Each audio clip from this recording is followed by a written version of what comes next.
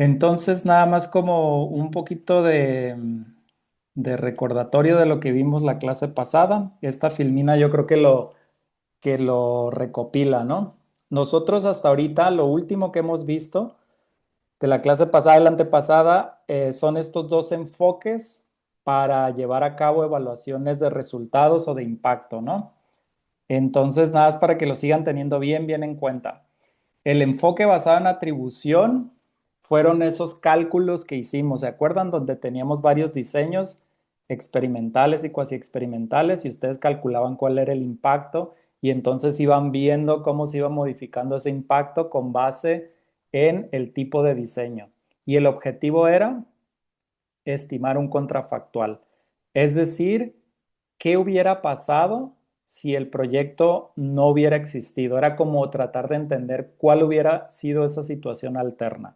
Entonces, ese es un enfoque basado en atribución, ¿no? Es decir, queremos ver qué tanto podemos atribuir y dijimos que el más robusto en ese sentido, pero que a veces no era posible y también era costoso muchas de las veces e implicaba muchos cuidados, era un diseño de carácter experimental, ¿se acuerda? Donde seleccionábamos aleatoriamente a las poblaciones, a un grupo de tratamiento y a uno de control. Eso era como lo más robusto y de ahí había otro grado de robustez, pero un poquito más relajada, donde ya elegíamos grupos de tratamiento y de comparación pensando o identificando variables que pudiéramos obtener a través de algunas encuestas o a través de algunas estadísticas para tratar de conformar o bases de datos existentes para tratar de hacer una mímica de lo que hubiera sido ese grupo de control si hubiéramos hecho el experimento aleatorio, pero pues no siempre es posible y entonces hay maneras, ¿no? De hacer esa estimación. Y luego de ahí ya ustedes hicieron los ejercicios y luego de ahí pasamos a lo que era el enfoque basado en contribución, donde decíamos, a ver, el contrafactual va a ser muy difícil estimarlo porque no hicimos para empezar, pues no estamos haciendo una evaluación muy cuantitativa, pero hay maneras de hacer este análisis de contribución a través de enfoques basados en la teoría y decíamos, bueno, entonces tenemos una teoría de cambio, la reconstruimos o la armamos y entonces a partir de ahí vemos si esa cadena causal que teníamos desde un principio en nuestra mente o escrita, explícita, ocurría o no ocurría, ¿no?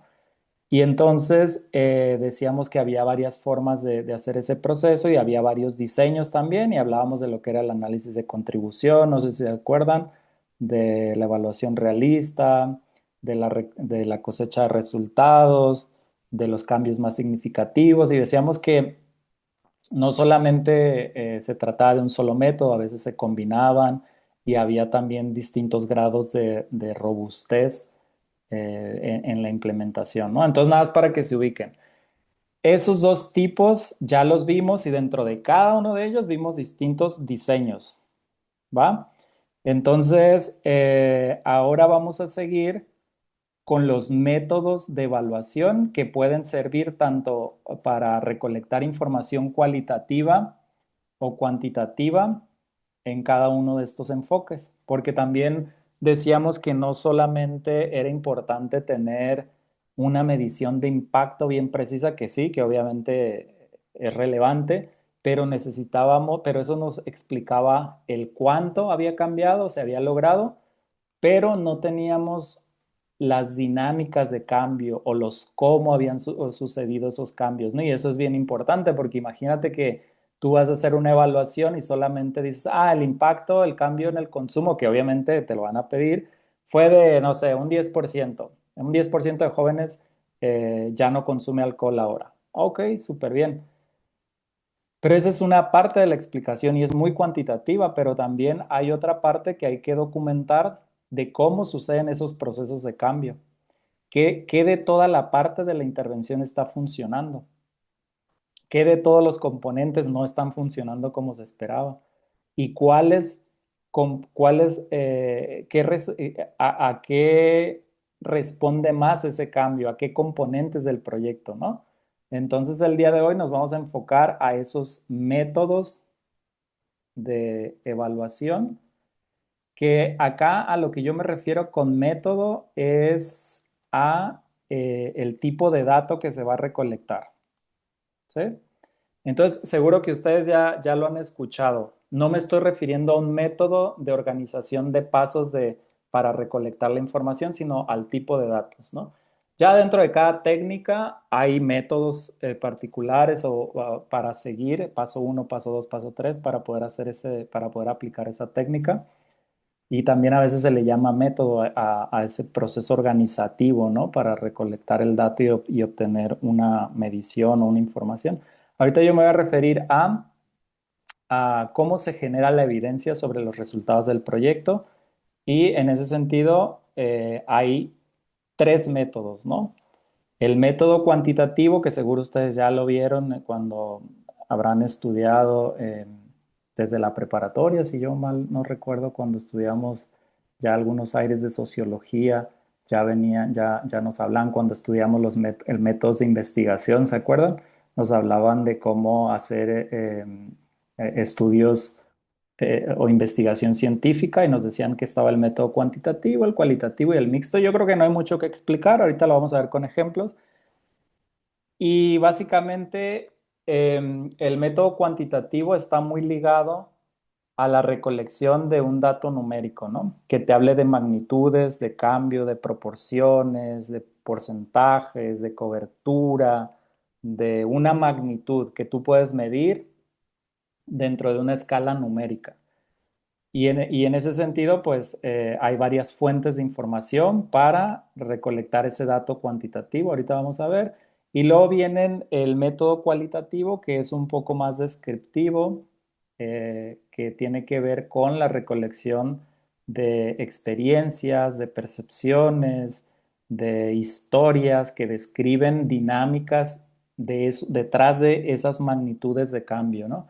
Entonces, si ustedes preguntan, creo que ya habíamos hablado de este tema cuando empezábamos a ver los indicadores en la parte de aquella donde hablábamos pues sí, donde teníamos la teoría de cambio, y que parte de la teoría de cambio teníamos que diseñar indicadores, y hablábamos de indicadores cuantitativos, indicadores cualitativos, y preguntaban ustedes cuestiones de qué tipo de indicadores utilizar, ¿no?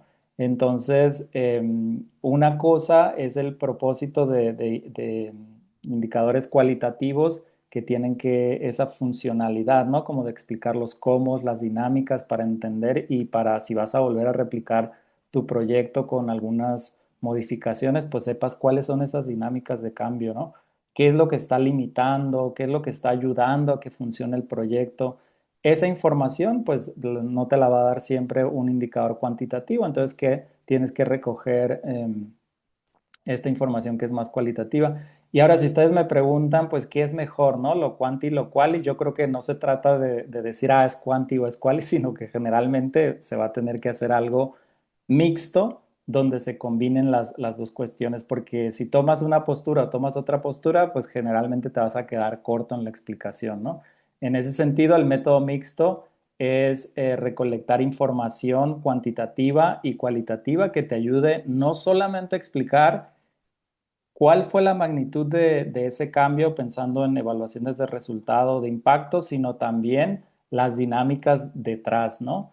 De estos cambios.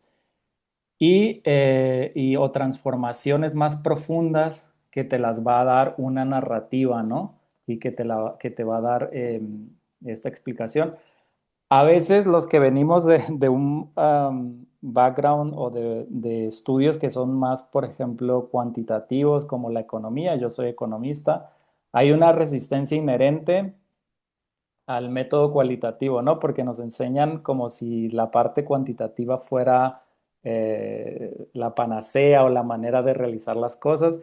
Y yo creo que ya cuando te das cuenta o cuando empiezas a trabajar en campo, te das cuenta de las bondades de una y del otro lado, ¿no? Y te das cuenta que tiene que haber esa complementariedad, porque también, aunque apliques técnicas cuantitativas para hacer mediciones de impacto, bien robustas, apoyadas en la econometría, en la estadística y pues que tiene que ver con toda la parte inferencial, te vas a quedar corto en explicar dinámicas porque no siempre se puede extraer una narrativa. Puedes ver tendencias o patrones en los datos, pero nunca vas a tener esa visión de cualitativa de por qué se mueve así alguna variable, ¿no? O por qué se dio ese cambio. Entonces, en ese sentido, tiene que buscarse siempre esa complementariedad, ¿no?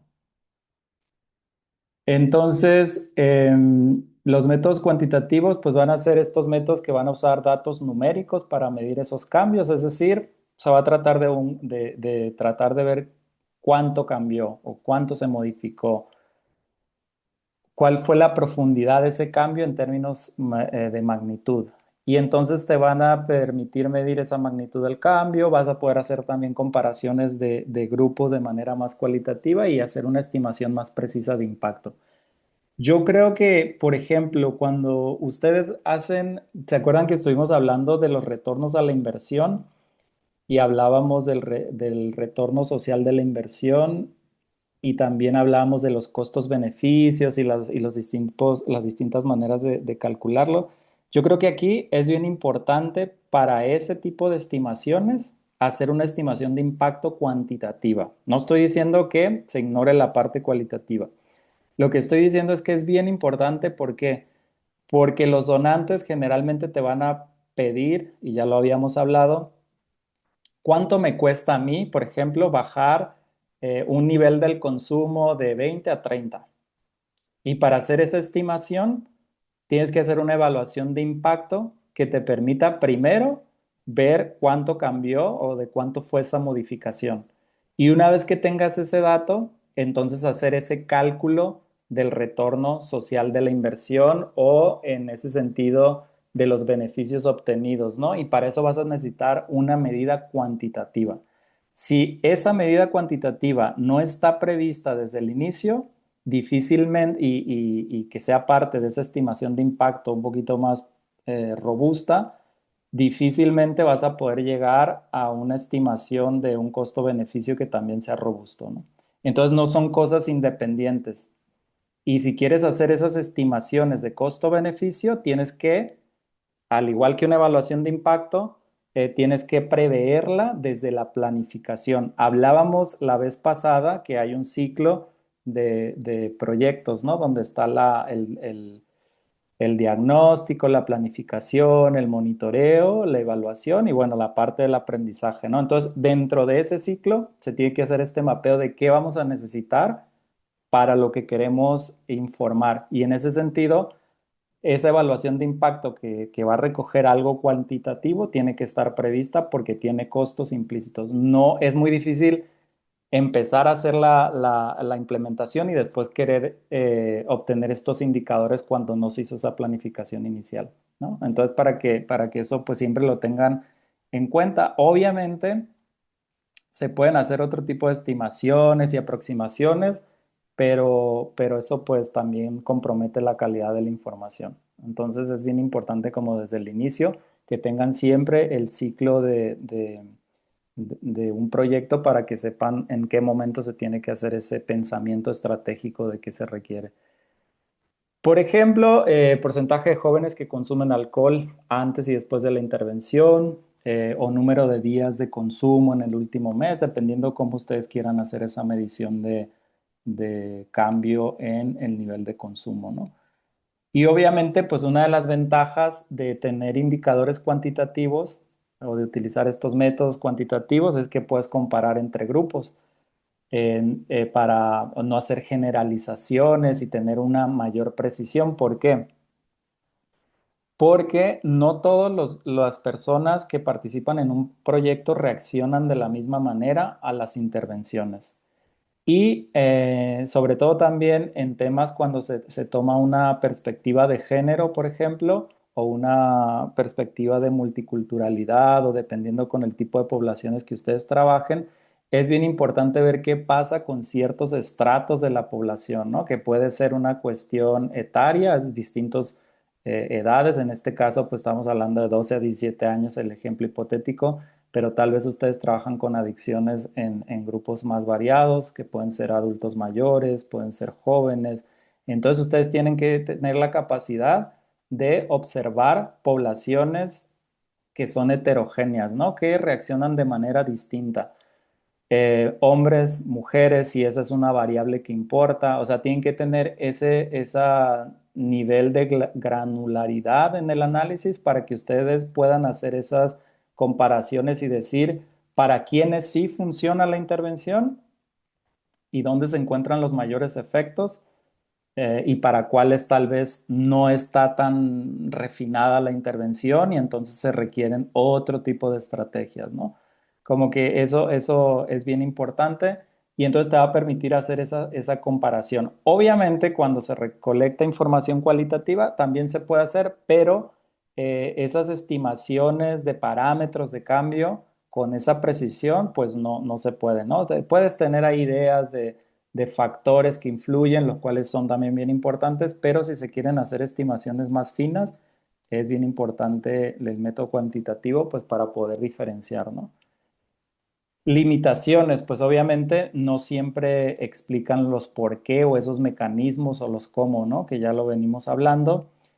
Y pueden a veces simplificar fenómenos que son muchos más complejos, ¿no? Como dinámicas sociales y decir, sí cambió, no cambió, cuando detrás de ese cambio hay toda una historia de cambio, ¿no?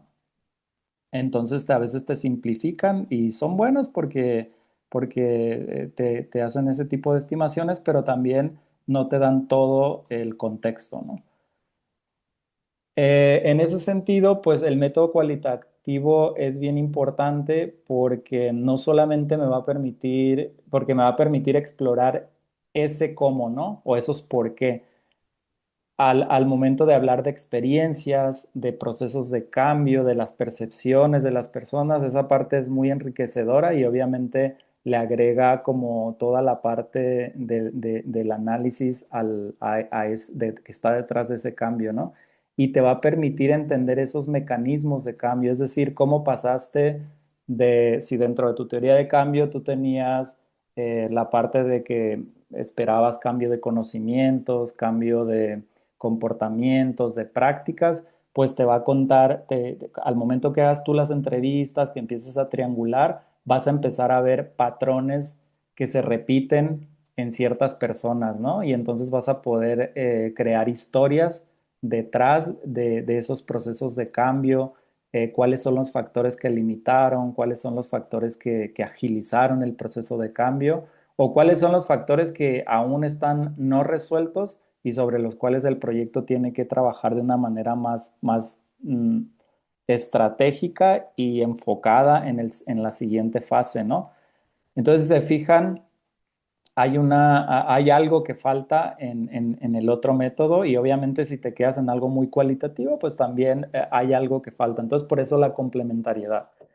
Y entonces te va a permitir captar cambios complejos siempre y cuando lo apliques bien, ¿no? Y con las técnicas adecuadas que se encuentran dentro de la parte del método cualitativo, que ahorita vamos a ver también. Por ejemplo, vas a poder elaborar historias de cambio de las personas detrás de ese consumo, o vas a poder hacer entrevistas a profundidad donde vas a explorar cuáles fueron esos factores que para una persona o para una tipología de persona contribuyeron al cambio, ¿no? Tú puedes hacer caracterizaciones y entonces, por ejemplo, cuando tú hagas análisis, tú vas a decir, ok, a mí me interesa análisis de interseccionalidad, a mí me interesa saber qué pasa con jóvenes indígenas de cierto grupo socioeconómico, ¿no? Y entonces puedes hacer ese tipo de análisis fino y para entender qué factores contribuyen al cambio en ese tipo de personas, ¿no? Entonces tienes que tener como bien definido cuáles son tus poblaciones para poder como entrar a una tipología en particular y poder analizarla, ¿no?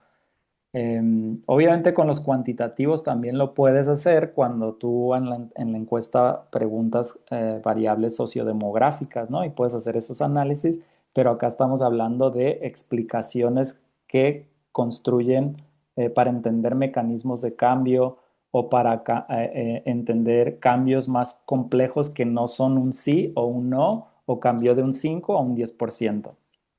¿Sí? Y obviamente pues también puede ser también un mapeo de procesos de cambio que puede ser repentino, puede ser rápido, puede haber resistencias, ¿no? En ese mapeo de cambio, entonces tienes que ver cuáles son esas cuestiones que aceleran o desaceleran esos cambios y por qué. Em, la ventaja es que te da más profundidad en ese entendimiento porque te va a brindar el contexto y todos esos factores que contribuyeron o limitaron. Y esto pues te ayuda a comprender el proceso, ¿no? Y obviamente que dentro de las limitaciones, pues la generalización puede ser más compleja porque a veces eh, tú vas a poder hablar de ciertas poblaciones y entonces no puedes decir, mira, que eso también es algo positivo, ¿no? Porque si tú, por ejemplo, puedes demostrar que hubo un cambio de manera general, tú cuando vas a estudiar a la población que cambió, pues tú tienes que dividirla, ¿no? Para entender esos mecanismos dentro de esas particularidades o tipologías de personas, ¿no? Entonces la generalización dentro de estas diferentes tipologías se va a volver un poquito más compleja, pero a la vez te va a brindar mayor riqueza de cómo se comportan ciertos grupos dentro de las poblaciones, ¿no? Y también si no está bien hecho, pero esto también es parte del método cuantitativo, hay un riesgo de subjetividad porque va a estar muy dado a la profesionalidad también de la persona que recolecta el dato, cómo lo entiende, cómo lo interpreta, qué inferencia saca de ese dato, ¿no? Entonces, a veces esto es complejo cuando las personas pues no están preparadas para llevar a cabo este tipo de análisis porque em, requiere mucho de analizar datos, ¿no? Que son un poquito más, no dependen de un software estadístico donde se saca un estimador y ya te dice cuánto cambió, si está bien hecho el experimento, sino que requiere más de la capacidad de investigación de la persona, ¿no? Porque al final de cuentas la evaluación es una investigación aplicada, entonces se requiere esas habilidades, ¿no? Ahora, el método mixto pues va a combinar datos cuantitativos y cualitativos, ¿no? Para medir qué cambió, pero también para explicar el proceso de cambio. Y son más adecuados porque pues obviamente trabajan en las dos vertientes porque va a capturar mejor la complejidad del fenómeno que cambió a raíz de un dato cuantitativo, pero con la explicación de ese proceso de cambio y te va a permitir pues validar esos resultados de una manera más robusta porque vas a tener los dos elementos, ¿no? Ejemplo, puede ser que tengas una encuesta para mostrar cómo cambió el nivel de consumo, pero también tengas entrevistas a profundidad, grupos focales, talleres participativos de reflexión, procesos de mapeos, de cambios, donde se explique qué cambió y por qué, ¿no? Entonces, de esa manera construyes ya la historia un poquito más robusta para hacer una validación que tenga el respaldo cuantitativo y cualitativo. Y entonces la ventaja es que es más robusta, como ya dijimos, te permite también hacer una triangulación, no solamente, por ejemplo, hay veces que uno hace una evaluación simplemente, no simplemente porque no es menor, solamente cualitativamente y uno triangula entre las distintas fuentes de información que tiene, ¿no? Acá, otra de las ventajas de un método mixto es que no solamente vas a triangular dentro de las bases de datos o fuentes, perdón, cualitativas, sino también cuantitativas, ¿no? Entonces vas a poder ver ese cambio o esa magnitud del cambio y vas a poder tener la explicación de cómo se dio ese cambio, ¿no? Obviamente que es más compleja de realizarse y genera pues más recursos, ¿no? Porque requiere más recursos. La investigación cualitativa depende cómo se haga, porque miren, yo he participado en evaluaciones, siempre son aplicando métodos mixtos y hemos tenido despliegues de encuestas con grupos o empresas que se dedican a la recolección del dato cualitativo y se hace ese despliegue y también se hace un despliegue de recolección de datos cualitativos, ¿no? Y a veces es caro, ¿no? ¿Por qué? Porque necesitas, imagínense, para, no sé, una vez hicimos una evaluación grande en Tijuana, en Monterrey y en Ciudad Juárez, en tres colonias en cada uno de estos tres ciudades. Y entonces fue un despliegue grande para poder recolectar datos a nivel comunitario. Entonces necesitábamos de encuestadores, ¿no? Y todo lo que eso implica, la capacitación, el despliegue, el control de calidad, de cómo se recolectaba el dato, el checar cuando se recolectaba o se llenaba una encuesta de manera aleatoria, si la información estaba bien captada o no, y si no, entonces ir a regresar otra vez a la fuente de información como para validar ese dato, ¿no? Y eso lo tienes que hacer con tus encuestadores porque pues quieres asegurarte de que los que están recolectando el dato lo hagan bien, ¿no? Entonces había un protocolo de decir, ok, cada 10 encuestas vamos a revisar una y entonces vamos a hacer un chequeo, por decir así, de dónde, qué casa recolectaste ese dato y vamos a ir a la fuente para asegurarnos de que todo está bien, ¿no? Entonces tienes que establecer ese tipo de protocolos y entonces el despliegue, viajes, ir a la comunidad, recolectar el dato, pues cuesta. Ahora, la parte cualitativa parece sencilla, pero la parte cualitativa es más intensiva porque imagínense, un dato, una encuesta la puedes hacer en 15 minutos dependiendo si está bien hecha. Y si la hiciste, por ejemplo, en un teléfono y entonces haces la pregunta, la información ya se está subiendo en ese momento o ya cuando te conectas a internet se sube esa información y ya está en una base de datos, ¿no? Y después puedes aplicar análisis estadísticos. Pero la recolección del dato cualitativo es muy intensiva porque a veces las entrevistas, los grupos focales, estas dinámicas participativas pueden tardar, no sé, entre 40 minutos a una hora y media, dependiendo cómo estén diseñados. Y además de eso, tienes que procesar la información, tienes que procesar las transcripciones y luego de las transcripciones tienes que hacer todo ese análisis de información, identificar tendencias. Obviamente que ya con la inteligencia artificial y también con otros softwares que existen como en vivo, que yo pues es el que uso generalmente, te ayuda mucho, pero tienes de que sí o sí conocer la información, porque la inteligencia artificial te va a arrojar tendencias, pero no te va a dar la explicación tan minuciosa como te gustaría para poder contestar a las preguntas de evaluación, ¿no? Entonces es muy intensiva la investigación cualitativa. Entonces eso cuesta, ¿no? Ahora imagínate si combinas los dos métodos, pues también tienes que considerar eso. Tener elementos para ver qué cambiar en un segundo diseño. En este caso, me da la impresión que no es tu caso. Y si te piden que rindas cuentas a través de una evaluación, entonces vas a tener que hacer una evaluación que como no tienes un diseño experimental y que no tienes grupos de tratamiento ni de control, lo más seguro es que vayas a requerir, y esto lo vamos a trabajar en el taller que viene en mayo, ¿verdad, Guille? También, ahí donde estés van a tener la oportunidad, y ya te estoy dando un poco la respuesta, pues vas a tener que hacer lo más seguro, de acuerdo a lo que estoy viendo y por la información que tienes, un antes y un después, con alguna información cuantitativa, donde vas a tener que hacer un levantamiento de datos iniciales para ver el estado actual de la situación, recolectar alguna información cualitativa para poder informar ese diagnóstico, pero también cuantitativa para ver cuáles son los niveles de consumo, de riesgo, de todas esas variables que vas a estudiar.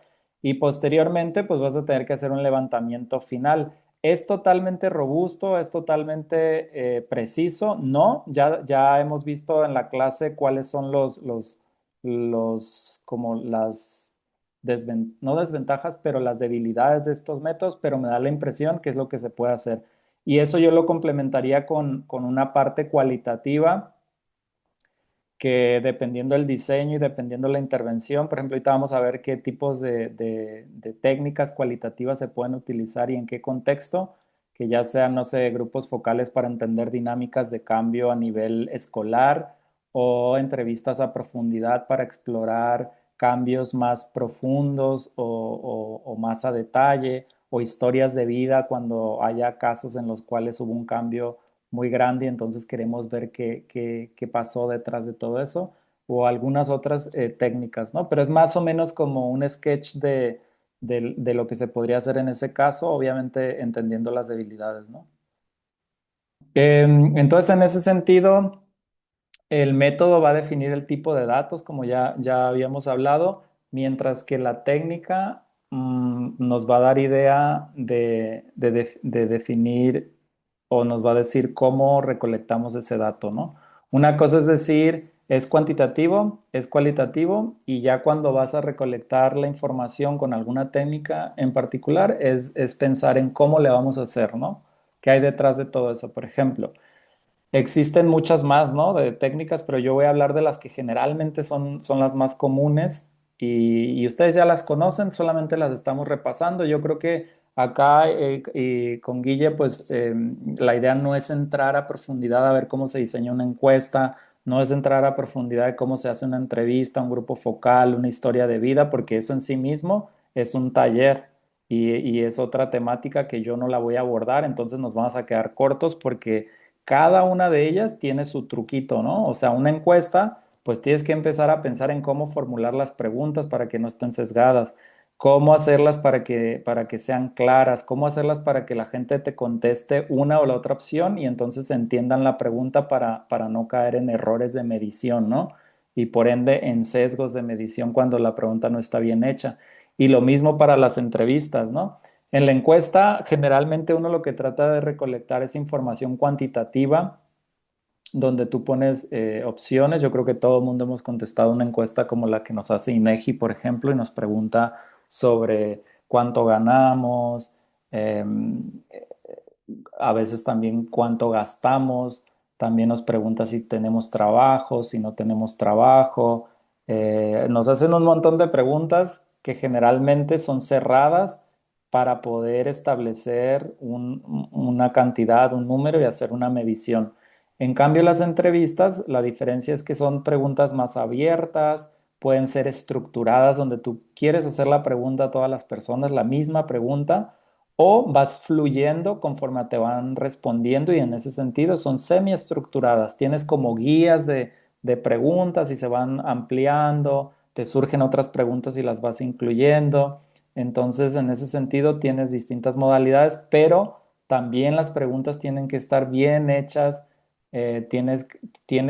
Tanto la persona que facilita la entrevista como la persona que está del otro lado tienen que pensar en la misma definición. Si hablas de comunidad, los dos tienen que saber qué es una comunidad, ¿no? Para que no haya cabida para la malinterpretación. Si los dos hablan de consumo, hay que entrar fino a definir qué es consumo, a qué te refieres, si es un consumo problemático, si es un consumo de fin de semana, si es una vez, yo consumí, pero una vez al mes. Entonces hay que definir esas preguntas de tal forma que sean bien claras y que no haya lugar a dudas, ¿no? Ahorita vamos a entrar a cada una de ellas.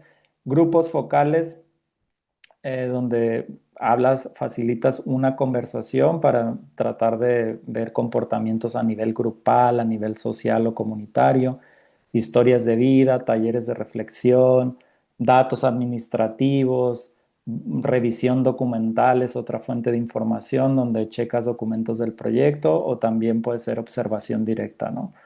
Entonces, esas son las técnicas. Por ejemplo, en las encuestas, piensen en la encuesta del INEGI, ¿no? Que llegan a su casa y les empiezan a hacer preguntas, ¿no? Y entonces aquí la pregunta tiene que ser súper clara, donde, como les decía, no haya espacio para la interpretación distinta, ¿no? Entonces, ¿consumiste alcohol en los últimos 30 días, sí o no? ¿Cuántos días? Y entonces ahí ya tienes el número de días para luego sacar promedios, ver si es un consumidor problemático o no es un consumidor problemático.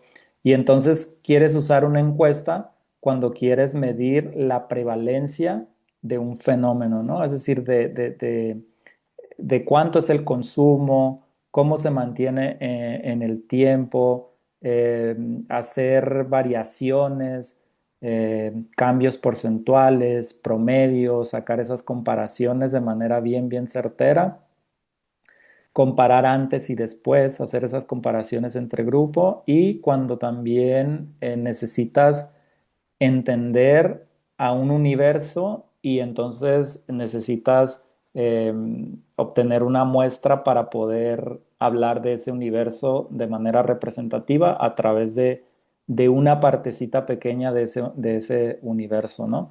Entonces las encuestas se usan en estas situaciones para poder hacer ese tipo de mediciones precisas o más o representativas de esos grupos, ¿no? En cambio, las entrevistas son conversaciones a profundidad donde empiezas a explorar aspectos que te van llamando la atención. Pues, como les decía, tienes la guía, pero la puedes ir modificando dependiendo en que se busque. Y entonces empiezas a hacer preguntas. Oye, ¿y por qué consumiste? No, pues lo que pasa es que yo estaba deprimido.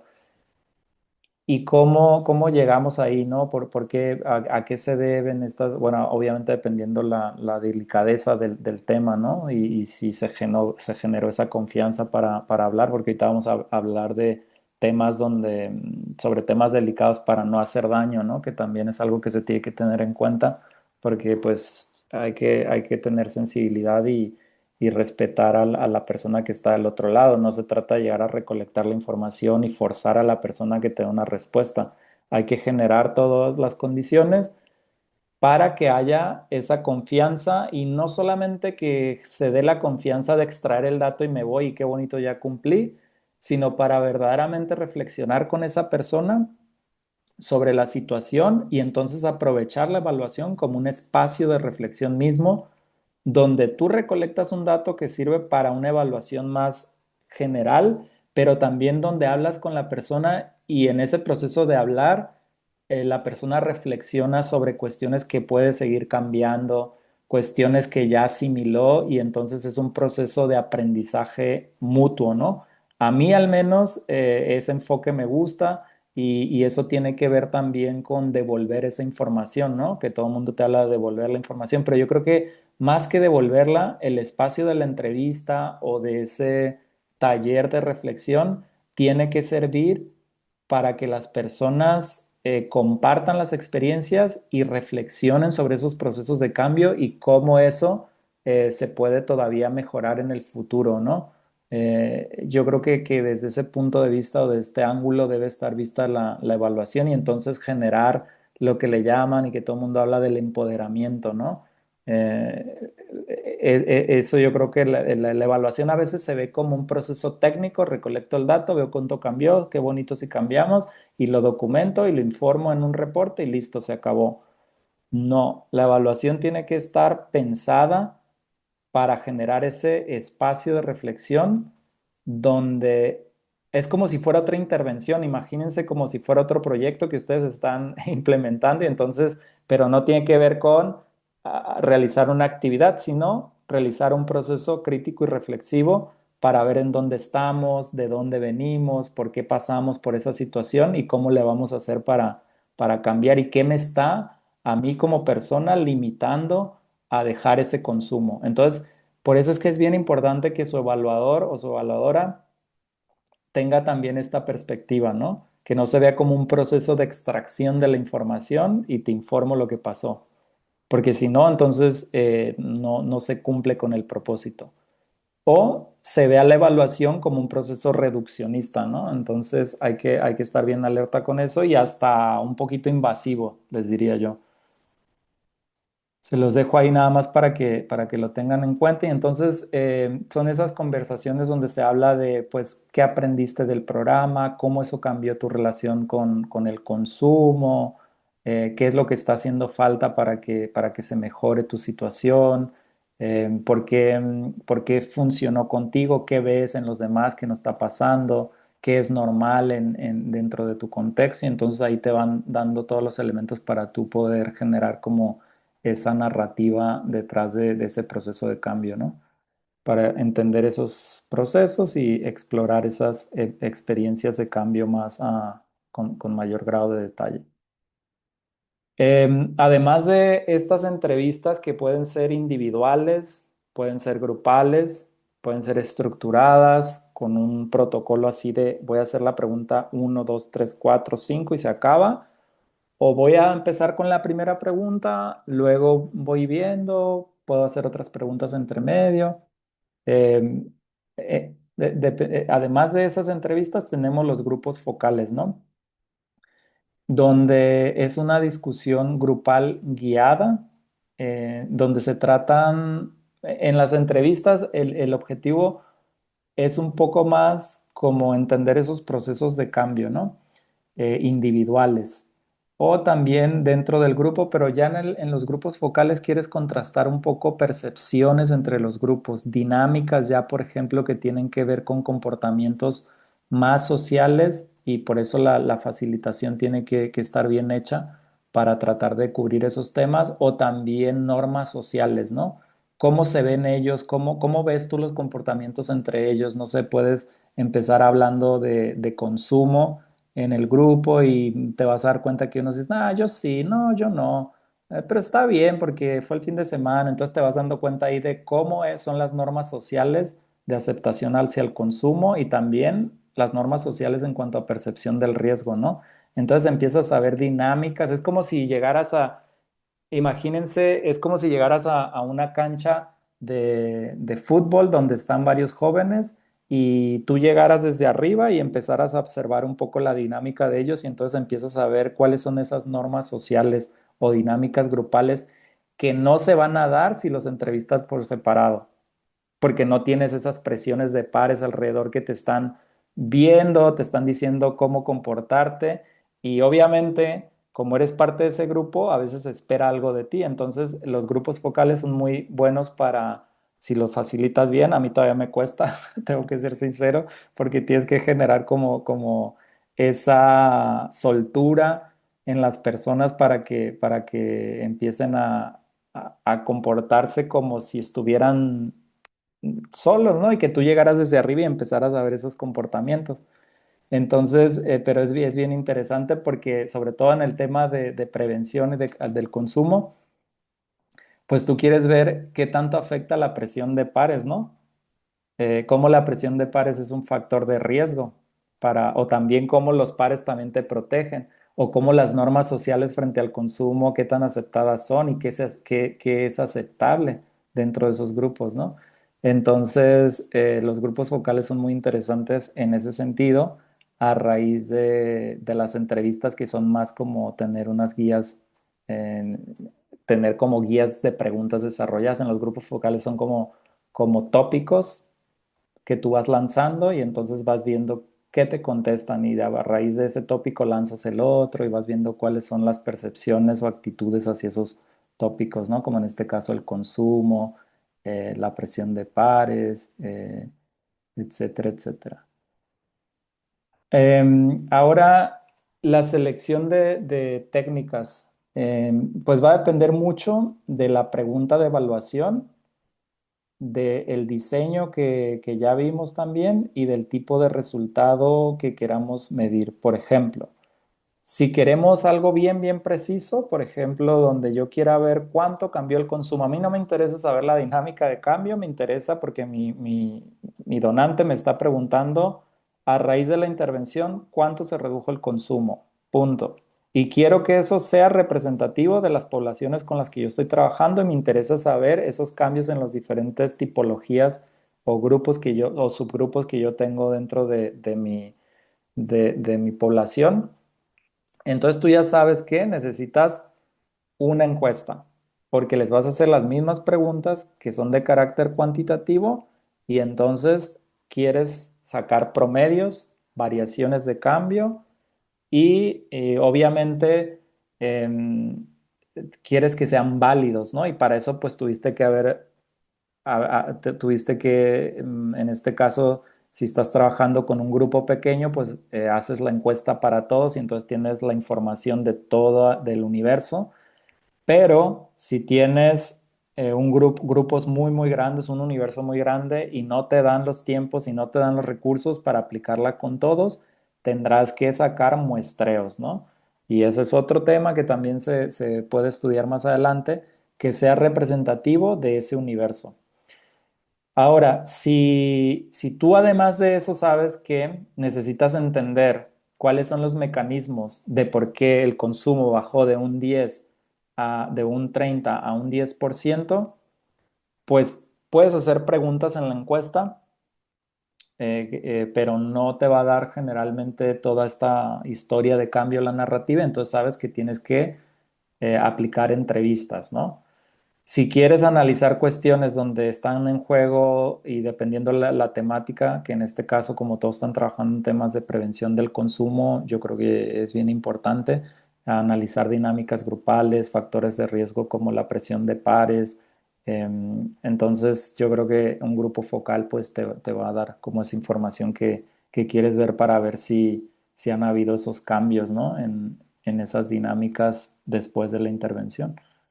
O también puedes hacer observaciones. Si, por ejemplo, tu proyecto también contempla actividades deportivas y culturales donde están conviviendo los jóvenes, también puedes hacer observaciones directas, puedes ir a ver las dinámicas de cómo se dan, cómo se resuelven conflictos, cómo a raíz, no sé, en un partido de fútbol que presenciaste, pudiste ver algunos riñas o algunas percepciones de cómo se manejaron y te pueden contar después de eso. Un poco como complementarlo con entrevistas para ver, ok, y cómo era cómo se solucionaba ese conflicto que tuvieron antes, por ejemplo. Entonces, puedes ir mezclando como diferentes técnicas. Obviamente, uno como evaluador, esto suena bien bonito y hay que ser bien realistas, pero uno como evaluador a veces te dicen, no, no es una etnografía, ¿no? Donde tú vas y te instalas en la comunidad, te rentas un departamento y entonces vas y analizas todas las dinámicas de la comunidad antes y después de que se realiza la intervención. No, no estamos haciendo eso, no es la antropología de la pobreza que se escribió hace unos años.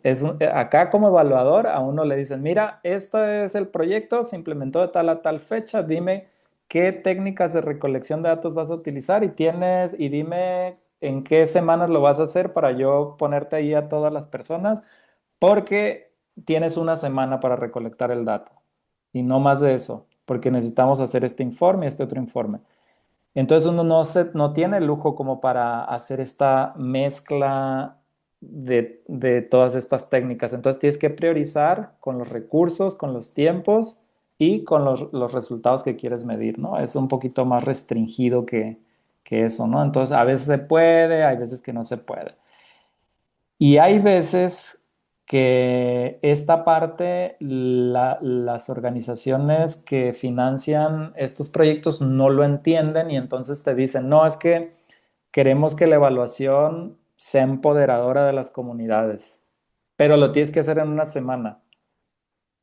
Y entonces, ¿qué empoderamiento y qué reflexión y qué proceso reflexivo vas a hacer en una semana cuando ni siquiera te conocen y eres una persona ajena que llega, quiere recolectar un dato? Entonces, hay muchas restricciones y uno tiene que saber jugar con esas restricciones. Entonces, la evaluación se vuelve como un proceso en el cual tienes que cumplir con lo que te piden, tratar de generar estos procesos participativos y de empoderamiento con las diferentes técnicas de investigación que tienes para generar información triangulada que sea evidencia y que además sea empoderadora, ¿no? Eso es bien complejo, pero es a lo que todo mundo trata o apuesta, ¿no? Si no, pues sí, es algo más ¿cómo se dice? Sí, como de extraer la información y listo. Y sí, a veces te dicen, no, hay que devolver la información a las personas que participaron. Sí, se hace, pero también esas dinámicas eh, son de 1 hora, 2 horas y más o menos que presentas tendencias, pero si no se da el twist en que las personas usen esos elementos para poder seguir creciendo y para poder modificar participaciones comunitarias, si no se da como esa parte, pues la evaluación se queda como un proceso más de rendición de cuentas que de aprendizaje, ¿no? Y también para las organizaciones que piden la evaluación, si no la utilizan, pues no ayuda demasiado. Entonces, ya que tenemos este mundo de métodos y luego de técnicas, tenemos que analizar la información, ¿no? Que recolectamos. Y en ese sentido, el recolectar el dato pues no es suficiente, sino que hay que darle un uso o un sentido y hay que compararlo y triangularlo con otros para que se vuelva evidencia, ¿no? Entonces, el dato todavía no es información, es simplemente un dato que yo recolecté. Cuando yo ya analizo varios datos, ya genero una información que esa información es la que me va a ayudar a mí para poder tomar decisiones, ¿no? Y para generar la evidencia. Entonces, el análisis cuantitativo va a implicar revisar o hacer análisis, por ejemplo, de promedios, de porcentajes, de variaciones, de comparaciones numéricas entre grupos. Y bueno, dependiendo la robustez del análisis, pues correlaciones también, ¿no? O poder medir esa causalidad a través del diseño este experimental. Y entonces en ese sentido, algunos análisis cuantitativos van a hacer eso, ¿no? Esos promedios que ustedes ya saben, esos porcentajes de cambio, de variaciones. Por ejemplo, el consumo antes era del 30, ahora es del 20, entonces el impacto es de 10. Ese tipo de análisis, ¿no? O la reducción del 10% en consumo tiene una correlación negativa alta con la campaña publicitaria, ¿no? También quiere sacar ese tipo de informaciones con correlaciones.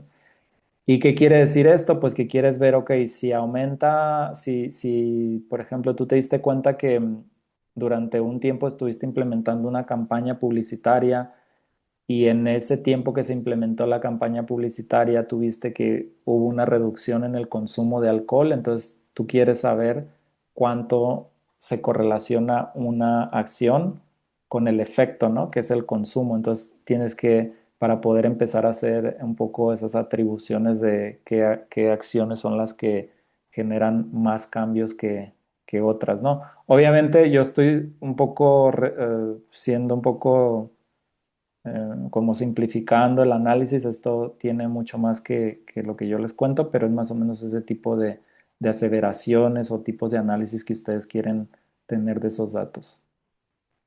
También se podría sacar como la media, la mediana, ¿no? Sí, sí, Digo, claro. cosas más simples.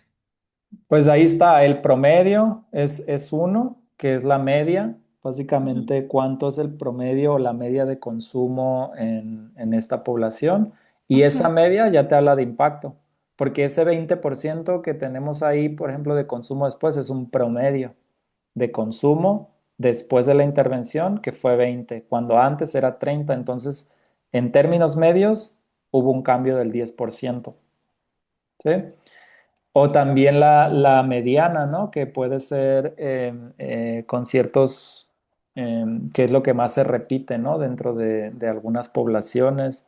O puede ser el máximo nivel de consumo, el mínimo nivel de consumo. Cada uno obviamente tiene su propósito, pero para temas de medir impacto generalmente se utiliza la media o el promedio, ¿no? Así es.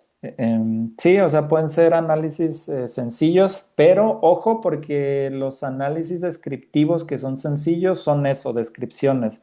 Ya si quieres hacer análisis más inferenciales de qué causa qué, ahí sí ya tienes que hacer otro tipo de análisis más puros o más finos y ahí ya entran cuestiones como la correlación o cuestiones un poquito más allá, como son los análisis econométricos, donde estimas parámetros, pero para eso pues tienes que tener un buen diseño de esa evaluación. Pero para programas así sencillos, un simple promedio antes, un simple promedio después, y listo, te puede dar una buena indicación con las salvedades que ya discutimos, ¿no? De la otra clase. ¿Sí? Análisis cualitativos. ¿Qué hacemos con la información una vez que la recolectamos? Por ejemplo, imagínense que ustedes fueron a hablar con varios jóvenes, ¿no? Y entonces tienen un mundo de información cualitativa y un mundo de transcripciones. Ustedes tienen que ser capaces, y es lo que yo hago generalmente, de codificar esa información.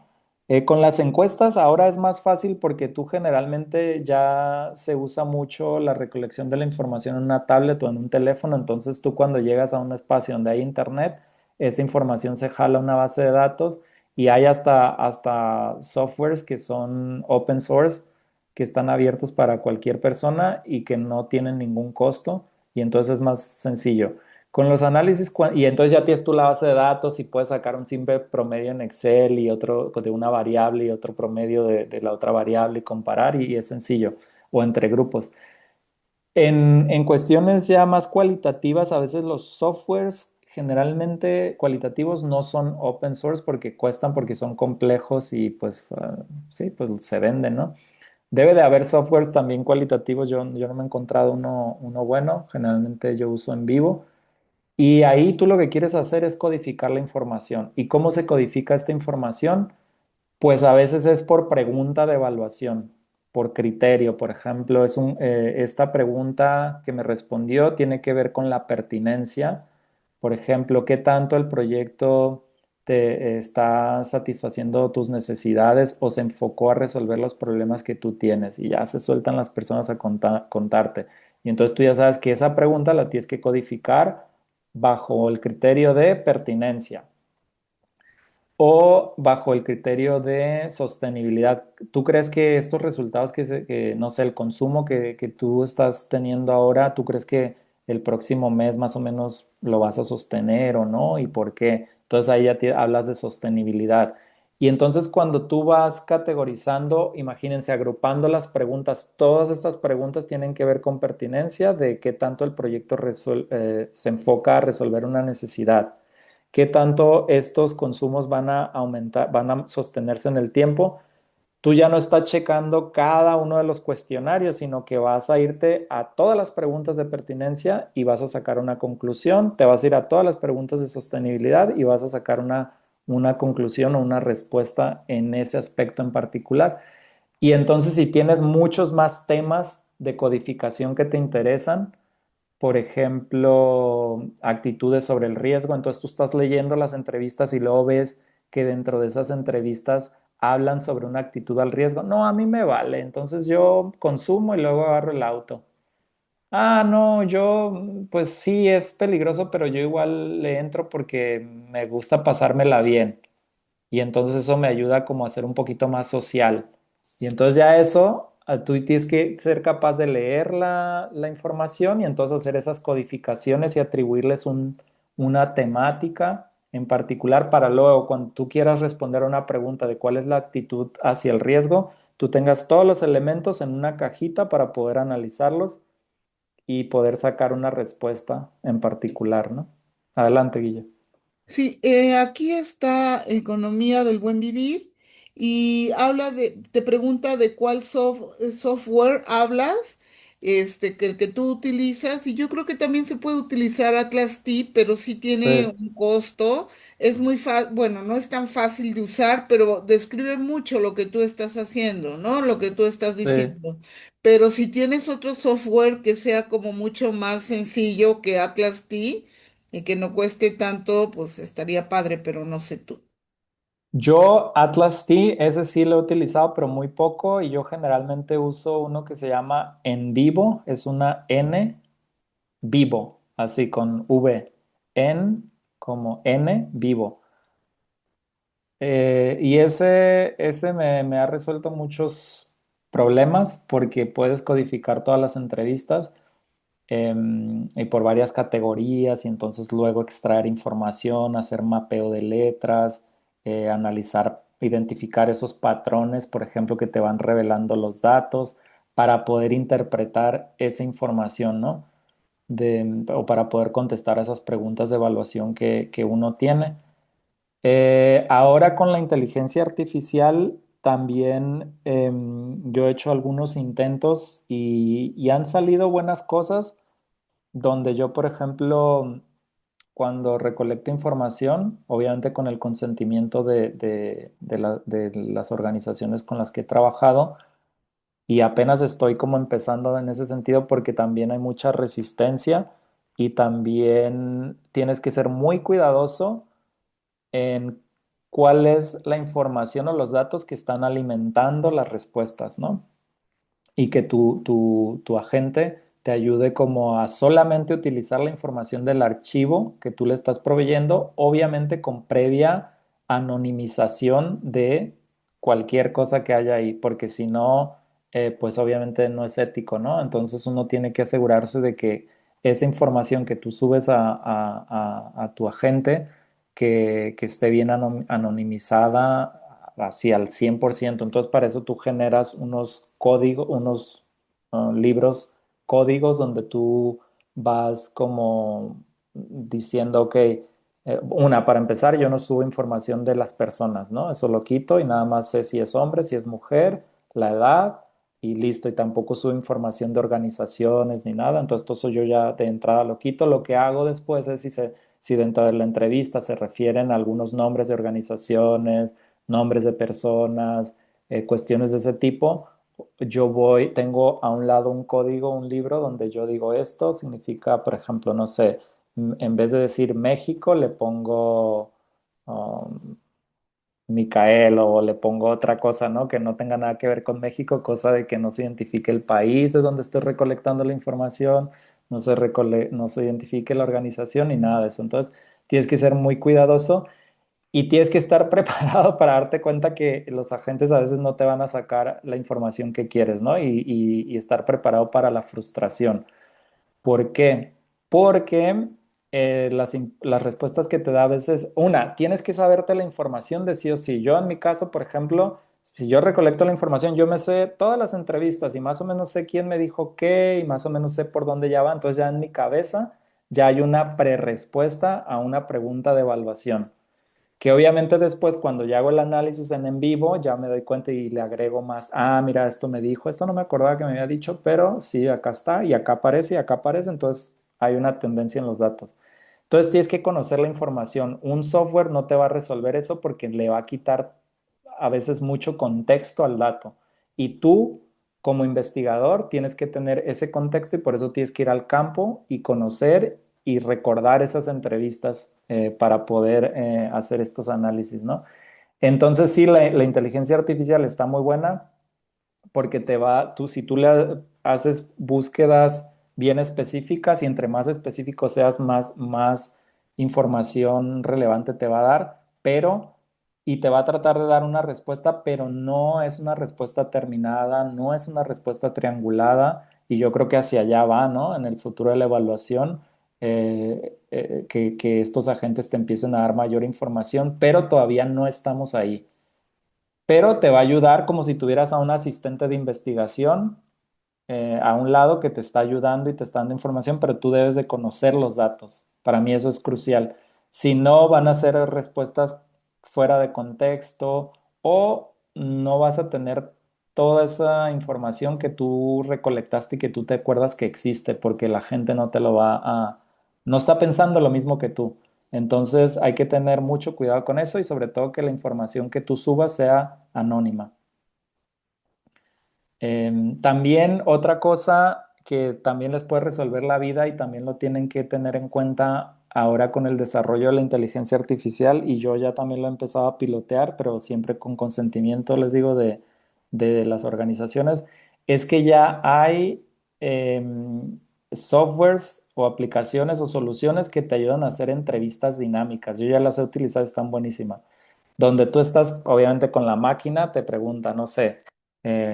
Imagínense que hay un proyecto para apoyar a algunas personas a que lleven a cabo, no sé, que enseñen a cosechar o a tener huertas en su casa, ¿no? Entonces hay un proyecto. Entonces ahí tú vas a diseñar preguntas iniciales donde tú les preguntas, ¿y qué fue el motor que te impulsó a ti a entrarle a este proyecto? Entonces las personas te van a contestar, no, mira, lo que pasa es que yo antes no me alcanzaba el dinero para el supermercado, entonces decidí que yo tenía un espacio en mi casa y entonces me dieron ganas de participar en el proyecto para tener mi propia huerta. Y entonces ahí la máquina ya es como si fuera una persona donde lee lo que tú le contestaste y te va a decir, ay, ¿cómo eso de que no tenían tanto dinero? ¿Por qué? ¿Quién es la principal persona que trae el dinero a la casa, ¿no? Ah, no, pues es mi marido. Ah, ok. ¿Y tú trabajas? O sea, te va haciendo esas preguntas dinámicas que van siendo en función de lo que tú le vas contestando a la máquina. Entonces, están buenísimas porque también ya te están siendo capaz de procesar información en tiempo real y sacar tendencias en los datos. Que eso generalmente con softwares como el En Vivo, como el Atlas T, toma tiempo y mucho, pues sí, y tarda, ¿no? Adelante, Guille. Estás en mute, Guille. Bueno, yo aquí, te iba a decir que eso es muy interesante con el trabajo con la IA. Estas son como prototipar algunas entrevistas dinámicas porque les pides que piensen desde diferentes como Ángulos. perfiles Ujú. y que te den respuesta, pero es como prototipar, ¿no? Y automatizar desde la IA. Y te iba a decir que también hay una app que, bueno, un software que se llama HASP, ¿no? Que está buenísimo, que es intuitivo, pero es más cuantitativo que cualitativo, pero Ah, te ok. saca así los resultados, ¿no? Claro. Entonces, Sí, y eso es buenísimo, Guille, porque antes, o sea, toda la parte del análisis, no estoy diciendo que los softwares te van a sacar todo el análisis y ya va a ser un producto terminado, pero te van a dar mucha línea de por dónde va el análisis preliminar de los datos y sobre todo te lo van a calcular o te lo van a sacar rápido, ¿no?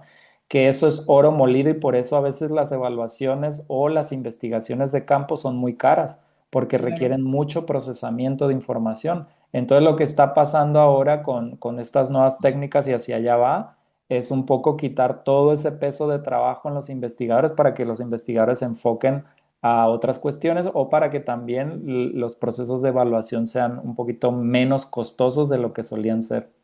Y claro, ahí te devuelvo esta precisión que tú has hecho y decir, hay que tener mucho cuidado porque la IA depende del tipo de pregunta, depende cómo lo manejes, pero aún así, o sea, teniendo algunos elementos, no sé, de análisis y de formulación, la IA Sí, te puede responder cualquier cantidad de cosas, depende cómo haya interpretado y darte una respuesta, por eso es muy importante saber que todo tipo de apps y de software de IA son una herramienta, pero claro, no son la neta del planeta, ¿no?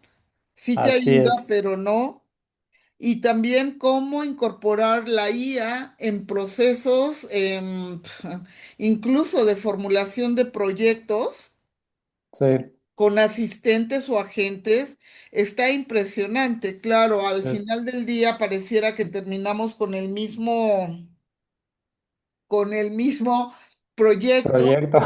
pero, pero tiene que ver mucho como con la caja en donde tú le preguntas, ¿no? Y hagas los Sí. prompts y todas esas cosas, ¿no? No, y todo el chequeo manual que tienes que hacer y de Hacer, contexto, porque a veces parece que es una respuesta muy bien hecha y luego cuando tú, por ejemplo, no conoces los datos, tú dices, wow, esto está maravilloso, qué bien se ve, pero luego le empiezas a entrar a hilar fino y te das cuenta, "Ah, no es tan así, no es tan así, no es tan asá, hay que cambiar esto", entonces hay que tener mucho cuidado y saber que uno conoce la información, sobre todo en evaluación, es crucial.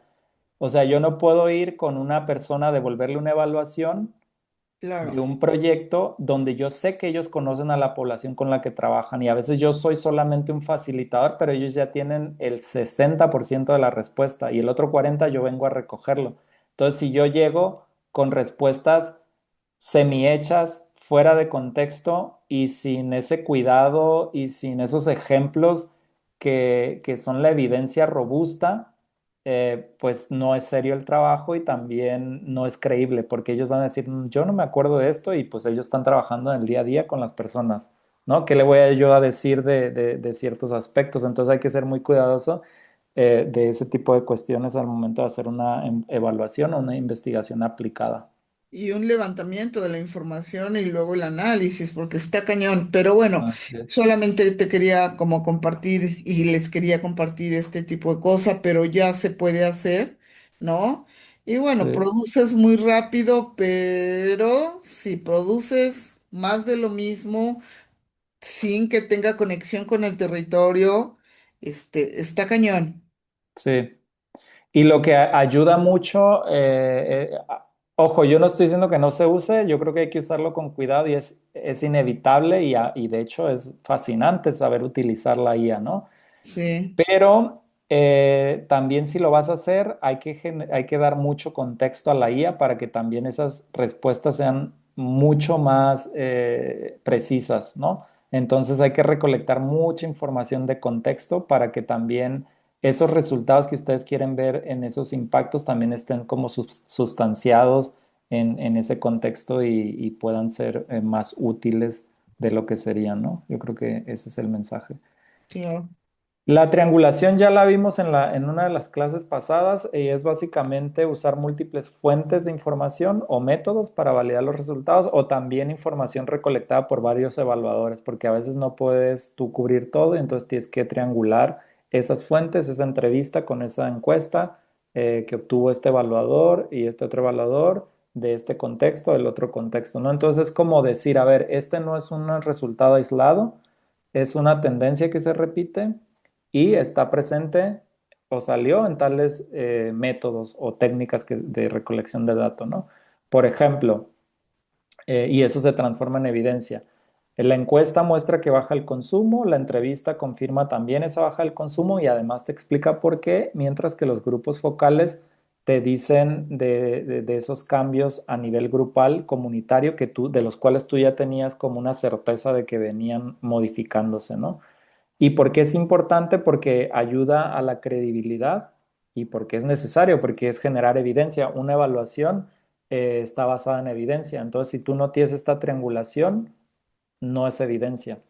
La triangulación es lo que le da la evidencia al dato para que se vuelva una tendencia dentro del reporte. Yo no estoy diciendo que si tú entrevistas a una persona y la información que te da no es suficiente evidencia, ¿no? Pero yo no puedo basar una respuesta a una pregunta de evaluación con solamente una persona que me contestó. Yo no puedo hacer caso solamente a ese testimonio. Yo necesito como evaluador analizar tendencias. Si las tendencias dicen que esta es la respuesta, más o menos eso es lo que yo necesito para que se vuelva evidencia. Y obviamente dentro de esa respuesta voy a mencionar casos, ¿no? Particulares y ahí entran algunos ejemplos de algunas personas, pero sí tiene que ser como análisis de tendencias en los datos para poder responder a las preguntas de evaluación. Porque mucha gente a veces confunde el hecho de que dice, no, pero lo que yo también te dije era verdad y no resultó en el reporte de evaluación. Bueno, no es que no sea verdad, simplemente no fue una tendencia que le preocupa a la mayoría del grupo y por lo tanto no se consideró como algo importante para resaltar en un reporte de evaluación porque los reportes de evaluación también tienen sus límites. Te piden 10 páginas, 20 páginas y uno tiene que seleccionar qué es lo verdaderamente importante y crucial o estratégico para mencionar, cosa que sea un hallazgo y que ese hallazgo se transforme en una recomendación.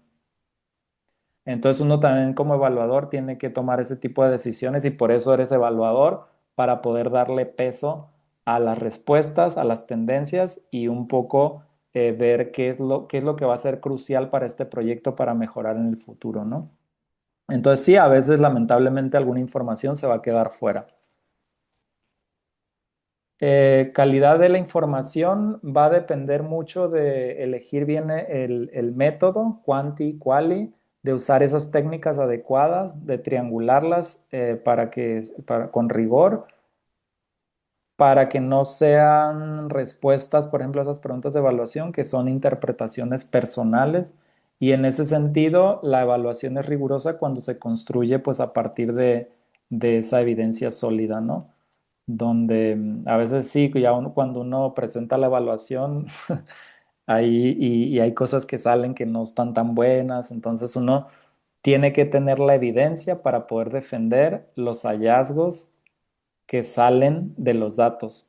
si tú no tienes ese rigor en el análisis, cualquiera te puede decir, no, mira, ese hallazgo que tú estás presentando no me parece que sea así, por esto y por esto. Entonces tú tienes que tener suficiente evidencia para decir, para poder defender esos hallazgos, ¿no? Triangulados y entonces decir, ok, sí, pero mira, tantas personas hablan de este fenómeno, esto sale en la encuesta tantas veces, estos son los porcentajes, entonces eso ya es una evidencia en sí mismo que te ayuda como a presentar esos hallazgos y pues tienes que tenerlos bien estudiados, ¿no? Yo creo que podemos, ¿qué hora es? Son Me las cinco gustaría, treinta y nueve acá, ok, pero creo que yo 5. creo que vamos a hacer lo siguiente, vamos a pasar, tengo una dinámica para esta sección, pero yo creo que es bueno pasar de una vez a la parte de gobernanza y cuestiones éticas y ya de ahí pasamos al ejercicio. Nos tomamos un break como en unos 20 minutos después de esto. No sé quién, si tienen alguna pregunta o cómo lo ven hasta ahora.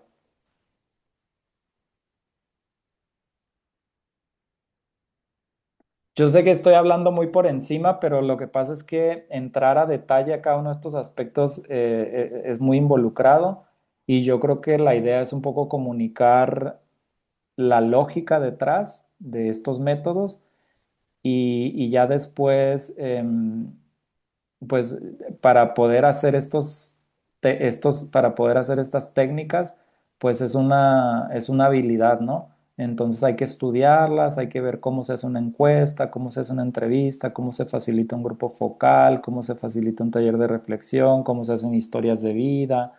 Toda esa parte es una habilidad en sí misma y me parece que no tenemos el tiempo para abordarlo acá, pero son temas que se pueden trabajar mucho más adelante. Ujú. Sí, yo concuerdo contigo. Lo que estamos buscando es que se entienda la lógica de estructuración y ya después con este método un poco alemán de decir esta es la estructura y tú investiga también, podríamos ahondar un poquito más, ¿no? Y después Sí, ya quizá en otro momento más adelante, si hubiese como la demanda, podríamos un poco profundizar en temas de construcción de encuestas, entrevistas y grupos sí, focales, ¿no? Que son en sí un tema y de desarrollo de habilidad, ¿no? Que podría sí. llevar 6 meses, 3 meses, 2 meses, depende del grado y la profundidad, ¿no?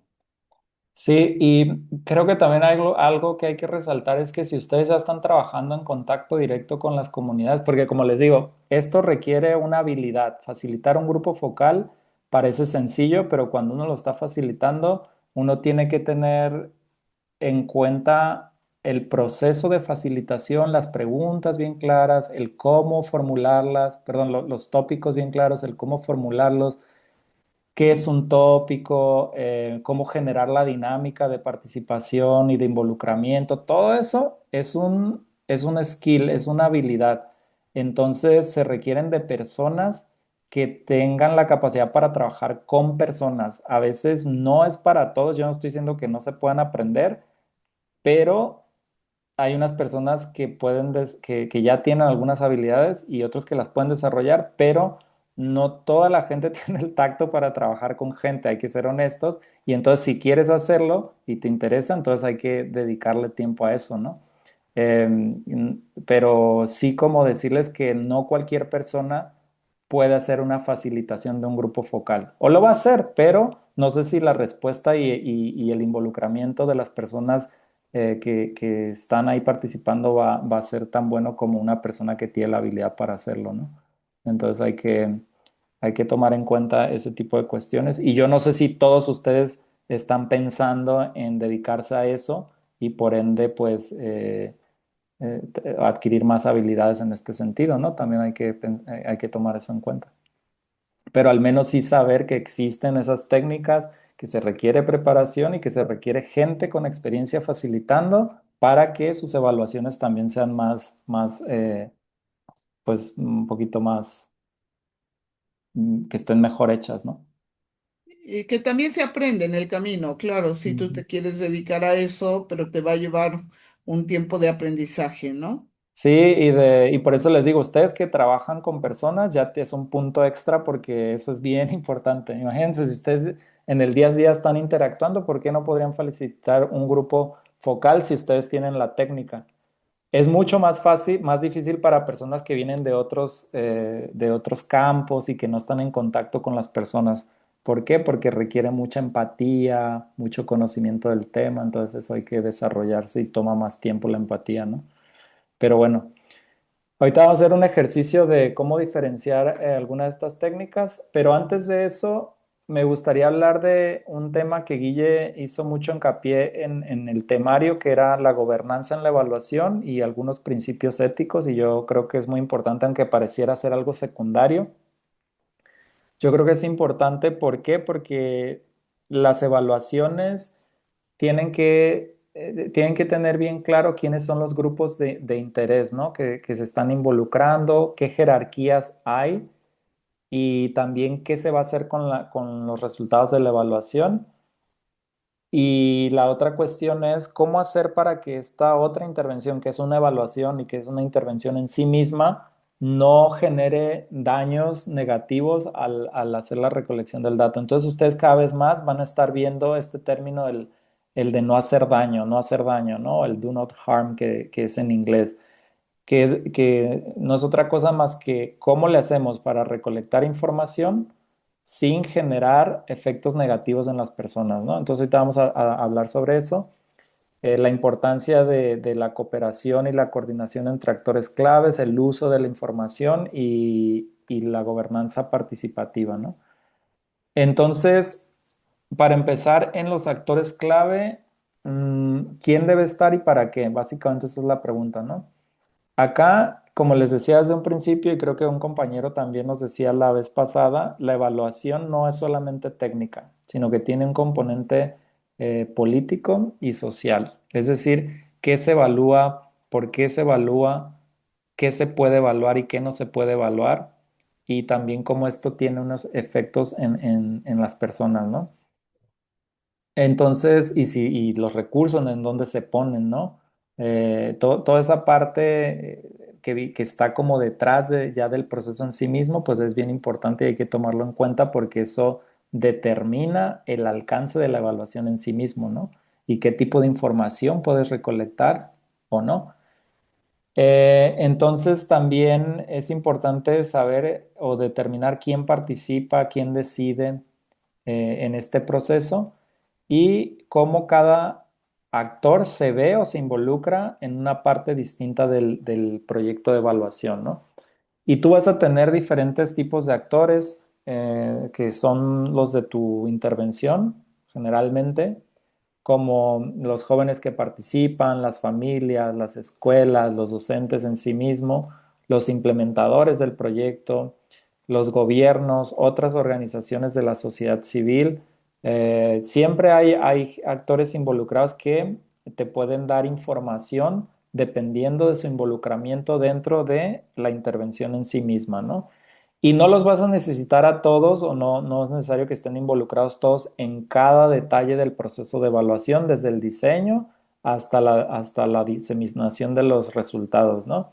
Sino que vas a tener que generar como apariciones o involucramientos bien puntuales dentro de todo el proceso. Acuérdense que una evaluación, pues, viene desde el diseño hasta la diseminación de los resultados, que tiene que ver con qué se está evaluando, qué preguntas, información, qué método, toda esa parte que es la parte del diseño. Luego viene ya la recolección de la información, el análisis de los datos, el procesamiento. Luego de ahí viene la elaboración y eso es bien, es participativo, pero también la elaboración de las recomendaciones tienen que resonar en las personas con las que estás trabajando. ¿No? Entonces, para eso también tienes que hacer un proceso participativo para que las recomendaciones estén pensadas en un uso, no solamente en una recomendación que no va a ser aplicable, sino más bien en qué de todo eso se puede transformar en una acción, ¿no? Y para eso las personas que implementan los proyectos tienen una hoja donde ellos toman nota de esas recomendaciones que en teoría debieron haberse hecho de manera participativa también. Obviamente, tú como experto ayudando a la elaboración de la recomendación para que no quede descontextualizada y que sea útil. Entonces ellos hacen ese registro, aceptan o rechazan la recomendación y te dicen qué van a hacer o qué pretenden cambiar de aquí en adelante para que surta un efecto esa recomendación que tú hiciste, si la aceptaron, ¿no? O también te dicen por qué esa recomendación no es válida, y generalmente vas a tener mucha más resistencia cuando no lo hagas de manera participativa, ¿no? Porque no les va a resonar. Y no tanto porque no les resuene, sino porque no hay un proceso de validación de esas recomendaciones. Entonces, si no las validas, cuando tú las presentes ya en un reporte o en una sesión de presentación de resultados, la gente no se va a identificar con ellas, ¿no? Porque no vienen de ellos, no viene de ese, pues sí, no es fidedigna. Entonces, por ejemplo, en proyectos de prevención vas a tener a jóvenes y las familias que generalmente te van a contar de la experiencia, ¿no? Y tradicionalmente se les ha considerado como los grupos de los cuales donde tú ves los cambios, ¿no? Pero recientemente se le ha dado más hincapié a que las personas que son las beneficiarias directas de las intervenciones, y ya no se usa ni el término beneficiario, también te ayuden al proceso de diseño de la evaluación. ¿Cómo? Creo que ahí, por ejemplo, un compañero en alguna de las clases anteriores decía, ¿cómo definir indicadores que tengan una relevancia y que vengan desde las personas para poder hacer esa evaluación? Es decir, que no sean indicadores o mediciones que estén descontextualizadas o que no tengan un significado para las personas. Por ejemplo, si hablamos de empoderamiento, ¿qué es el empoderamiento? Yo no voy a traer una definición de empoderamiento de otro contexto y tratar de aplicarlo en una comunidad cuando puedo hacer un ejercicio donde las personas me hablen de qué es el empoderamiento y cómo el proyecto un poco generó ese empoderamiento para yo poder medirlo, ¿no? Entonces, si esa parte no está desde el diseño y solamente vas y recolectas el dato con los jóvenes y las familias, vas a correr ese riesgo de que los resultados no tengan un significado para las personas que estuvieron participando en el proyecto, ¿no? Luego vas a tener al gobierno que tal vez va a querer utilizar los resultados para mejorar otras intervenciones, para informar lo que ellos ya vienen haciendo. O también les vas a dar recomendaciones sobre algunos componentes de canalización, de casos, no sé, de consumo o de trabajo conjunto coordinado con las escuelas, si es una intervención a nivel comunitario. Entonces, cada actor va a tener un rol en particular con base en cuál fue su papel que desempeñó dentro de la intervención, ¿no? Y también la manera como se organiza las evaluaciones es que vas a tener diferentes grupos de referencia. Por ejemplo, a mí me ha tocado participar en evaluaciones donde me dicen o donde trabajamos y decimos, mira, es una evaluación que tiene que ver con esta temática de violencia contra las mujeres, ¿no? Y entonces el grupo de referencia que va a estar coordinando esta evaluación desde asegurando que el proceso sea de calidad, que las definiciones que se utilicen sean las pertinentes, van a ser estas organizaciones de la sociedad civil, pero también estas personas dentro de nuestra organización o nuestro organismo de cooperación internacional que van a ir guiando el proceso y que cada insumo que tú les pases, como el reporte de inicio, las entrevistas, la metodología de evaluación, las técnicas de recolección del dato, te lo van a revisar y entonces te van a pasar comentarios de qué hace sentido y qué no hace sentido. Entonces esos son grupos que se generan para tomar decisiones compartidas, son espacios de diálogo donde todo el mundo se pone de acuerdo y son bien importantes porque dependiendo el organismo internacional o la institución con la que estés trabajando, muchos de ellos tienen mecanismos para asegurarse que las evaluaciones sean de calidad y que no generen también, por ejemplo, daño a las personas, ¿no? Entonces, yo me acuerdo de algunas evaluaciones que hacíamos donde planteábamos grupos de tratamiento de control, había resistencia y nos hablaban que justificáramos cómo eso no era, cómo eso era ético, excluir a algunos y otros para efectos de la evaluación. Entonces se dan esas discusiones bien interesantes donde uno tiene que argumentar con conocimiento de causa todo ese proceso que tú estás planteando de cómo vas a llevar a cabo la evaluación para recolectar la información, ¿no? Para asegurarte de que todo el mundo esté en la misma página e ir avanzando en ese proceso, ¿no? Entonces, en ese afán de que el proceso sea participativo y que los tomadores de decisiones todos estén en la misma página, se tiene que tomar en cuenta de incluir a los actores clave que además te van a abrir el camino para que tú puedas recolectar esa información, ¿no? Entonces eso es bien importante y la evaluación debe de ser no como dice aquí la frase, para los actores claves, sino con ellos. Es decir, tiene que haber una participación genuina, no solamente de papel, y eso a veces uno lo empieza a aprender a medida que vas haciendo evaluaciones de cómo hacerlo más participativo, cómo mejorar estos procesos de grupos de referencia y de cómo plantearlo y de a qué personas consultar, en qué momento, para que efectivamente la evaluación sea participativa como lo que se busca, ¿no? Que tenga ese enfoque.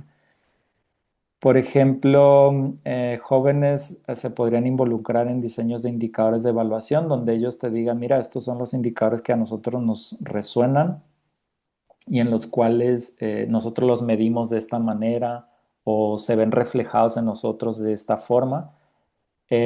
También jóvenes, familias, escuelas validan esos logros. Una vez que recolectas la información, pues tienes estas sesiones de validar qué de aquí les resuena, qué de aquí no hace sentido, qué más falta que no se recolectó en el proceso de recolección de datos, ¿no? Y también que cuando hagas recomendaciones, y esto es un enfoque que se le llama eh,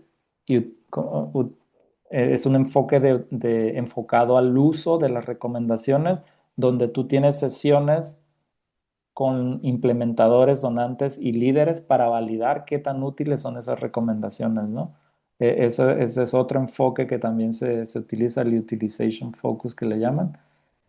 Y en ese sentido hay otro punto que es la transparencia y coordinación, donde bueno, aquí ya creo que ya lo hablaba un poco, donde tienes estos mecanismos como los grupos de referencia, donde el proceso es transparente en el sentido de que se dice quiénes van a estar en la evaluación, qué se va a recolectar, cómo se va a analizar la información y se van dando esos insumos a medida que vas avanzando.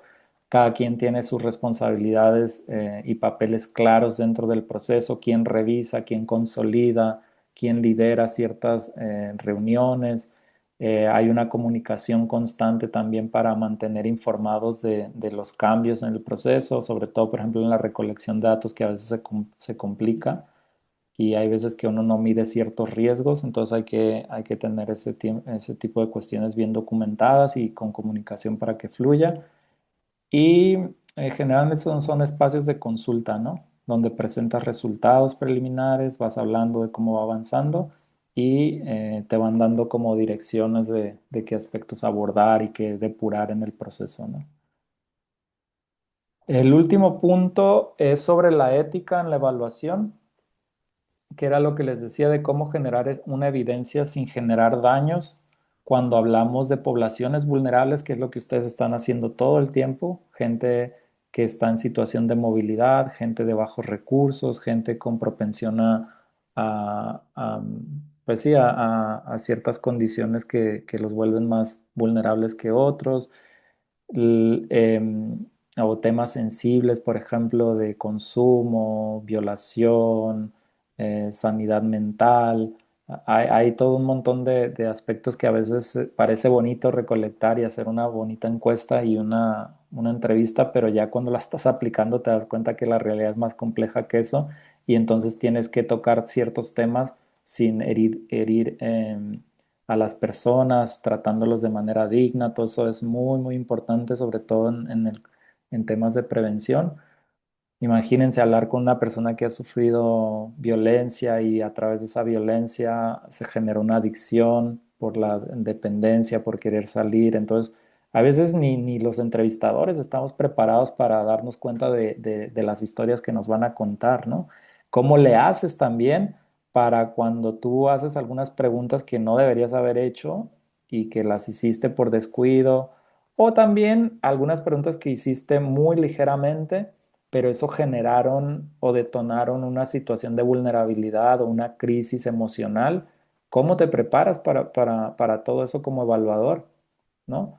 Porque ustedes yo creo que lo saben hacer mejor que uno porque están en el día a día, pero yo imagínense que yo no trabajo en el día a día con personas que sufren de adicciones y entonces yo llego acá bien hechecito, como con una evaluación bien bonita y cuando empiezo a hablar con las personas no sé ni cómo manejarme emocionalmente yo para procesar esa información y cómo yo puedo generar una situación que estaba más allá de mi control, ¿no? Como tengo a alguien de contención a un lado que me apoye y que conozca los temas, un psicólogo que me acompañe, una persona que tenga la capacidad como para intervenir en situaciones de crisis, ¿no? Hay que estar preparados con ese tipo de cuestiones al momento de hacer una evaluación.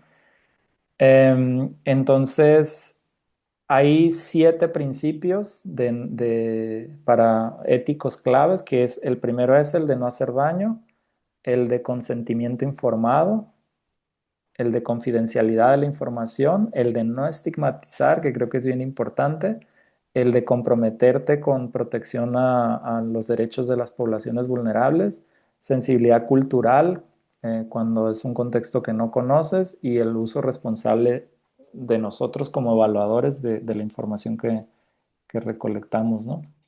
Yo creo que ya ustedes medio se lo saben, pero los vamos a repasar y yo creo que la intención es que los tengan en cuenta cada vez que ustedes pidan una evaluación de cómo los evaluadores van a hacerse cargo de estos principios para asegurarse que no se generan efectos negativos con las personas, ¿no? Con las que trabajan. El primero ya lo hablamos, cómo, por ejemplo, preguntar sobre el consumo puede generar incomodidad y hasta resistencia y entonces también puede exponer a jóvenes, el exponer a los jóvenes a estas conversaciones, sobre todo en grupos focales, puede generar riesgos, ¿no? Imagínate que las personas empiezan a hablar, el otro usa la información que el otro te dijo y luego se generan conflictos allá en la comunidad, ¿no? Entonces hay que tener reglas bien claras, o le contó a tu papá, a su papá, y entonces su papá, imagínense que no sabía que consumía su hijo, pero hubo uno del grupo que reveló información, o sea, hay que tener en cuenta de este tipo de cuestiones. La revictimización yo creo que es bien importante, sobre todo en temas de violencia, donde tú vas, cuentas tu historia una vez y crees que ya con eso no tienes que volverla a contar y entonces llega otra persona y te pregunta otra vez sobre ese proceso traumático y luego llega otra persona y te vuelve a preguntar. O sea, no hay que preguntar cosas si ya las sabemos, no hay que tocar temas sensibles si no es necesario y si los vas a tocar porque es estrictamente necesario, eh, hay que estar preparados, pero en general como evaluador no es necesario conocer los detalles, pero sí uno debe de enfocarse a las soluciones, a los retos, en vez de recordar ese aspecto en particular que le pasó a la persona. Entonces, en ese sentido hay que estar bien conscientes de lo que uno está causando.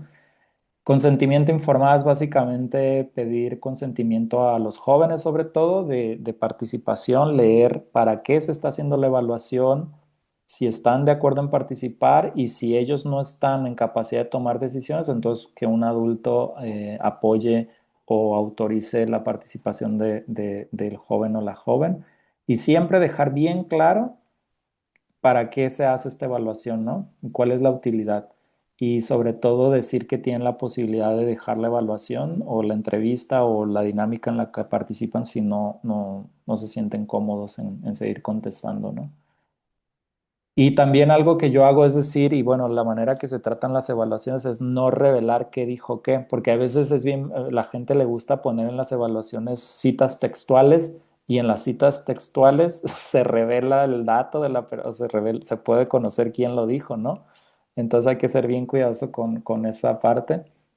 Entonces generalmente lo que yo hago es datos generales, presentar tendencias sin revelar quién dijo qué. La confidencialidad en ese sentido sobre el caso que hablaba ahorita es bien importante. No vincular respuestas con nombres, no compartir información sensible. ¿Por qué? Porque hay riesgos de estigmatizar, ¿no? Y hay consecuencias como las que les decía ahorita de sociales, ¿no? Donde al leer un reporte de una persona puede obtener información de otra si no nos anonimizaste bien.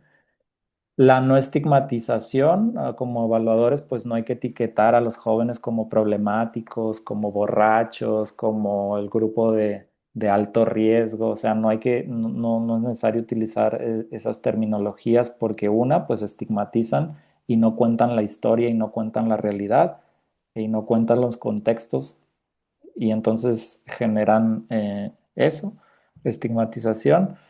¿Y por qué? Porque esto genera riesgos de identidad o de reforzar identidades negativas en las personas, ¿no? O también de exclusión, donde las personas también se van segregando por esta estigmatización. Entonces, si estamos trabajando en estos temas, ustedes que han hecho mucho trabajo en eso y luego traen un evaluador que no entiende estas situaciones, pues ahí hay un daño, ¿no? Que se genera.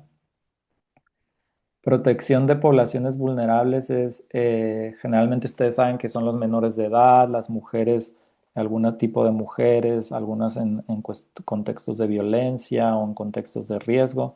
Y entonces hay que adaptar los instrumentos para trabajar con las personas de acuerdo a las situaciones en específico que viven, evitar exposición innecesaria también. A veces pensamos que necesitamos hacer ciertas preguntas o exponer a la gente y no es tan así. Hay que priorizar sobre todo el bienestar de las personas sobre recolectar el dato. Si no da para recolectar un dato, no da y se para y se buscan alternativas, pero no hay que hacer entrevistas invasivas o presionar por una respuesta, ¿no? Cuando no están las condiciones. Hay veces uno tiene la presión de recolectar un dato y uno quiere que salga en 5 minutos porque me tengo que ir a la otra entrevista y quiero que me diga si consume o no consume, pero para llegar a si consume o no consume tengo que pasar por otros estadios para entender, no solo para saber si consume o no consume, sino para entender. Entonces a veces uno quiere sacar información y no es esa la situación. Y la sensibilidad cultural y contextual, que es adaptar la evaluación al contexto con lenguaje apropiado, comprensión de normas sociales para evitar malinterpretación o sesgo cultural. Y el último, no compartir esta información con autoridades sin el consentimiento, y menos si son autoridades de carácter punitivo, o no utilizar resultados para etiquetar calles, vecindarios, colonias, escuelas. ¿Por qué? Porque eso puede llevar a sanciones, excluir y contribuir a estigmatizar.